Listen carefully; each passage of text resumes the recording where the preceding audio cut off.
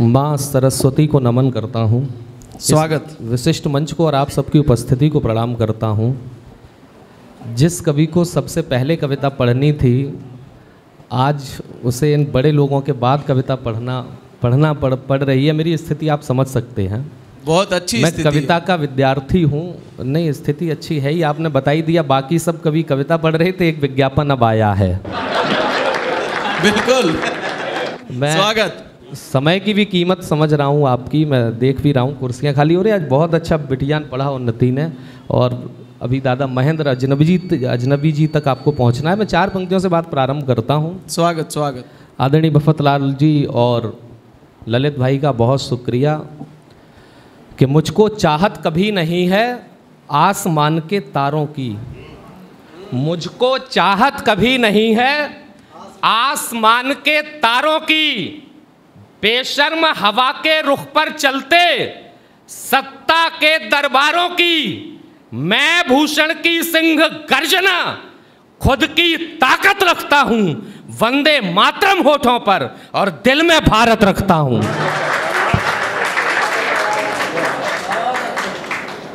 मैं उन जगहों पर अपनी उंगली रखना चाहता हूं जो मुझे लगता है कि कुछ बातें छूट गई हैं मंच से। ब्रज क्षेत्र में आया हूं तो मैं यहाँ कविताएं सुनाने नहीं आया हूं। मुझे बिल्कुल भी भ्रम नहीं है कि मैं कुछ आपको सुनाने आया हूं, बल्कि मुझे पता है कि मैं इस पवित्र भूमि पर आया हूं तो कविताएं सुनाने नहीं, बल्कि अपनी कविताएं पवित्र करने आया हूं। मैं 4 पंक्तियां पढ़ता हूं, एक घटना आपको याद दिलाता हूं। इसी उत्तर प्रदेश में एक घटना हुई थी कि रामचरितमानस जला दी गई थी। आप लोगों को भी वो घटना याद होगी। मैं 4 पंक्तियां इस पर, आपकी अगर अनुमति हो तो मैं इस पर 4 पंक्तियां पढ़ना चाहता हूं। भले ही आप रामचरितमानस को कुछ भी न माने, हमारे लिए तो प्राण है, हमारे पूजा के घर में रखी हुई है। यदि आप उसे धार्मिक पुस्तक मानने को तैयार नहीं है, फिर भी मैं उनसे एक बात कहना चाहता हूं, वो कम से कम एक कवि की रचना तो है ही, और हमारा दायित्व है कि किसी कवि की रचना का अपमान नहीं होने देंगे। मैं 4 पंक्तियां पढ़ता हूं और आपका आशीष चाहता हूं कि नशा जो तेरे सर पर है वो सारा झाड़ दिया होता। यदि आपके मन की आप बात हो तो फिर आपके हाथ खुले कि नशा जो तेरे सर पर है वो सारा झाड़ दिया होता। तेरी छाती पर चढ़ करके खूंटा गाड़ दिया होता, और प्रभु राम की मर्यादा को लांघ नहीं सकते, वरना मानस के फटने से पहले तुझको फाड़ दिया होता। आपकी थोड़ी सी मुझे ऊर्जा कम लग रही है। मैं फिर प्रयास करता हूं। मैं 4 पंक्तियां और आपके बीच पढ़ता हूं। चुनाव परिणाम आया। एक पार्टी अयोध्या में चुनाव क्या हारी, सदन में लोगों ने कह दिया कि ये अयोध्या के राजा आए हैं। बहुत मतलब, मैं मथुरा में खड़ा हूं, देखिए 2 ही जन्मभूमि है, एक तो वो और एक ये। जब वहां के लिए ये कहा गया कि ये अयोध्या के राजा आए हैं, मैं नाम किसी का लेता नहीं हूं, आप इशारों में बात समझिए। मैंने उस दिन का जो पंक्तियां लिखी वो आपके बीच पढ़ना चाहता हूं, जब किसी मनुष्य को अयोध्या का राजा बताया गया। अब तक की सबसे ज़्यादा आपकी तालियां मैं देखना चाहता हूं, आपका आशीष मिले कि कितनी चालें चले मंथरा कौशलपुर में विघटन की। कितनी चालें चले मंथरा कौशलपुर में विघटन की। कैकेयी कितनी आस लगाए सिंहासन परिवर्तन की।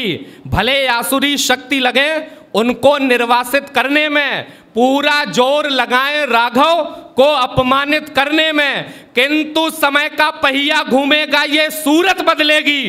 जो भटके लोगों के मन में बसी है मूरत बदलेगी।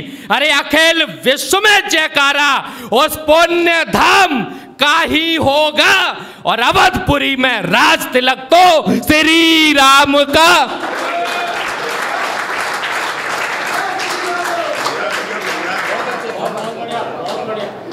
अवधपुरी में राज तिलक तो श्री राम का ही। बड़े लोगों का आशीष मिल रहा है। जिंदाबाद जिंदाबाद। वाह बेटा।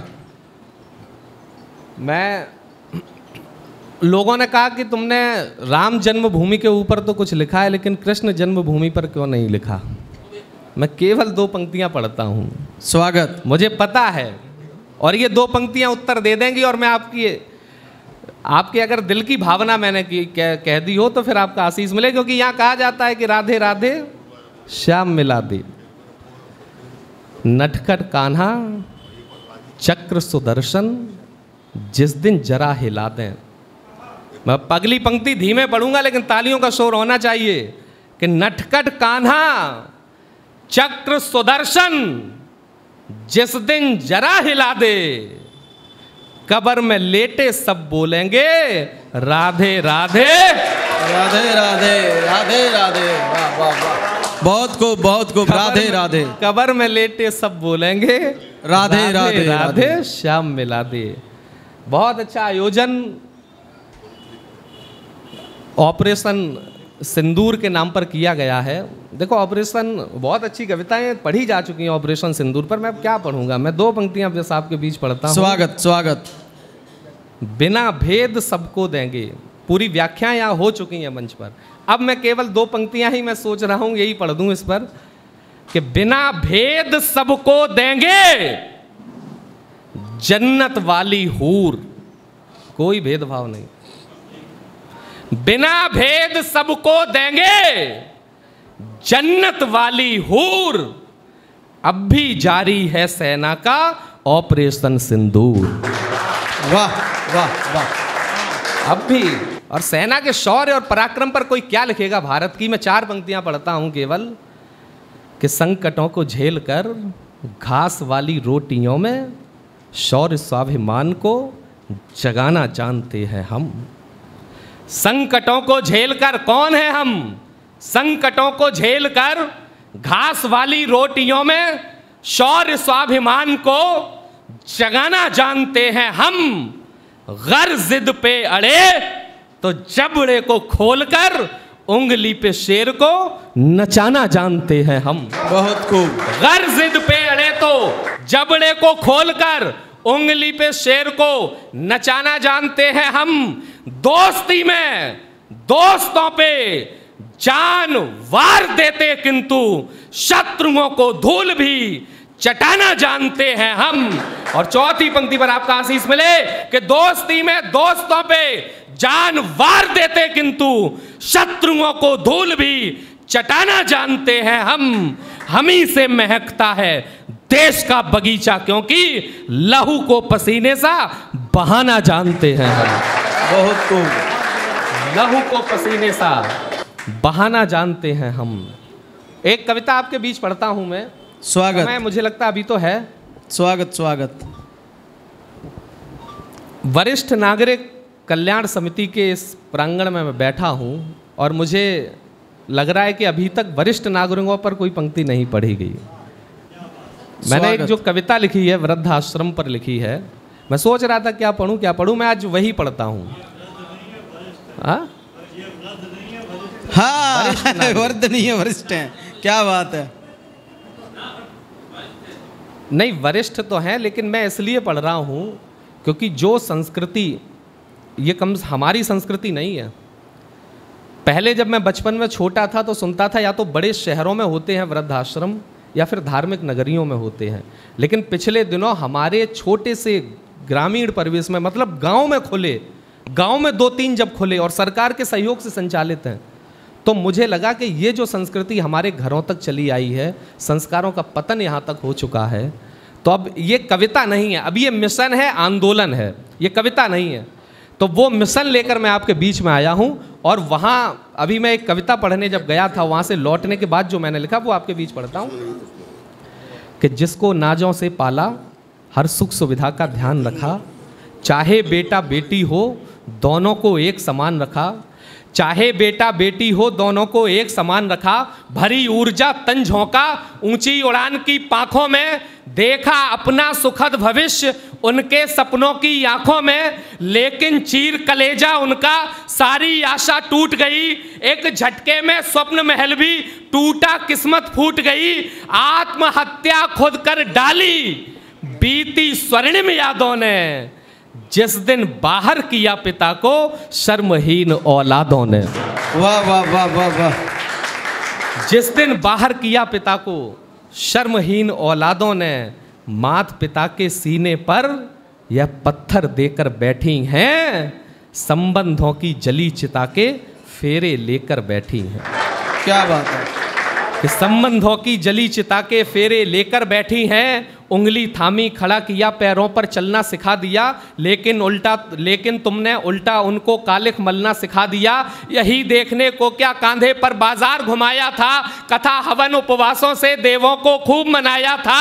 अरे दर दर तेरे सुख को मांगी, मन्नत को ठुकरा बैठे, जाने किसके आकर्षण में जन्नत को ठुकरा बैठे। क्या बात है। तालियां थोड़ी सी कमजोर है आपकी। कि जाने किसके आकर्षण में जन्नत को ठुकरा बैठे, गम का पर्वत सह लेते पर कष्ट नहीं ढोने देते, गम का पर्वत सह लेते पर कष्ट नहीं ढोने देते, संतानों के सर में भी वे दर्द नहीं होने देते, खुद गीले में काटी रातें सूखा बिस्तर दिया तुम्हें, सुख की धरती सौंपी है, खुशियों का अंबर दिया तुम्हें, ऐसा प्रेम समर्पण तुमने जाने कैसे दबा लिया, कुल की सारी मर्यादा को चॉकलेट सा चबा लिया। और वहां से लौटने के बाद जो सर्वाधिक गुस्से में मैंने पंक्ति लिखी वो आपके आंगन में मैं पढ़ना चाहता हूं। जब उन बुजुर्गों से बात की तो उन्होंने बताया कि हमारे औलादें ये कहती हैं कि ये जो घर की देहरी पर बड़े बूढ़े घर के बैठ जाते ये हमारी आज़ादी छीन लेते हैं। जिन औलादों के माँ बाप वृद्धाश्रम में हैं और जिनकी आज़ादी छीनी है, उनके लिए एक पंक्ति मैंने बहुत गुस्से में लिखी। अब आपकी तालियां आशीष के लिए नहीं बल्कि उनके कान के लिए नीचे थप्पड़ की तरह महसूस हो, जिनके माँ बाप वृद्धाश्रम में हैं और जिनकी आज़ादी छिनी है, कि कुल की सारी मर्यादा को चॉकलेट सा चबा लिया। अरे जिनसे डरकर आज़ादी छिनने की गढ़ी कहानी है, उनका लहू रगों में दौड़ा तब ये मिली जवानी है। उनका लहू रगों में दौड़ा तब ये मिली जवानी है। करना जग में नाम था रोशन, गर्व से शीश उठाना था, इज्जत आज उतारी उनकी जिनका कर्ज चुकाना था। कुछ बासंती ऋतुएं देखी खुद को बड़ा समझ बैठे, घर की देहरी लांघी अपने पैरों खड़ा समझ बैठे। बेशर्मों को अब तो मीठे शरबत खारी लगते हैं। एक और कुसंस्कार हमारी समाज में आ गया, लिव इन की संस्कृति चलने लगी। ये हमारी संस्कृति तो नहीं है साहब, ये कहाँ से आ गई और चलने लगी, और हम चलने भी दे रहे हैं। इस रिश्ते को क्या कहा जाता है हमारी देसी भाषा में, इस मंच की मर्यादा है इसलिए मैं बोल नहीं रहा हूं, लेकिन सलीके से बता दूं तो आपके हाथ खोलें।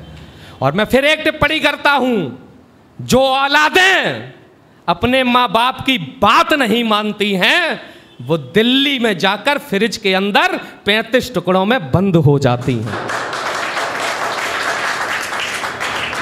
करना जग में नाम था रोशन, मैं उस रिश्ते को अगर ठीक से सलीके से बता दूं तो आपके हाथ खुलें कि करना जग में नाम था रोशन, गर्व से शीश उठाना था, इज्जत आज उतारी उनकी जिनका कर्ज चुकाना था। कुछ बासंती ऋतुएं देखी खुद को बड़ा समझ बैठे, घर की देहरी लांघी अपने पैरों खड़ा समझ बैठे। अरे बेशर्मों को अब तो मीठे शरबत खारी लगते हैं, बेबस और लाचार पिता के बोल भी आरी लगते हैं। अरे परिवारों के संस्कार भी पहरेदारी लगते हैं, माँ की ममता पर जिस्मानी रिश्ते भारी लगते हैं।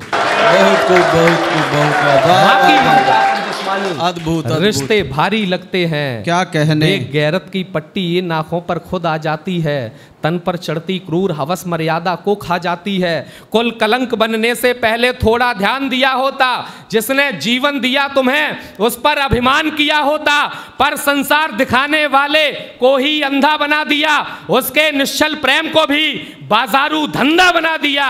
याद रहे दुनिया में तेरा कोई ढाल नहीं होगा, उनके आंसू सूखेंगे जीवन खुशहाल नहीं होगा।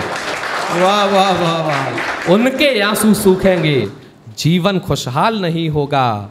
और फिर एक घटना मुझे याद आ गई, आप लोगों ने टीवी पर देखा होगा, 4 दिनों तक एक लड़की चली गई थी प्रेम विवाह करके, विधायक जी की बेटी थी।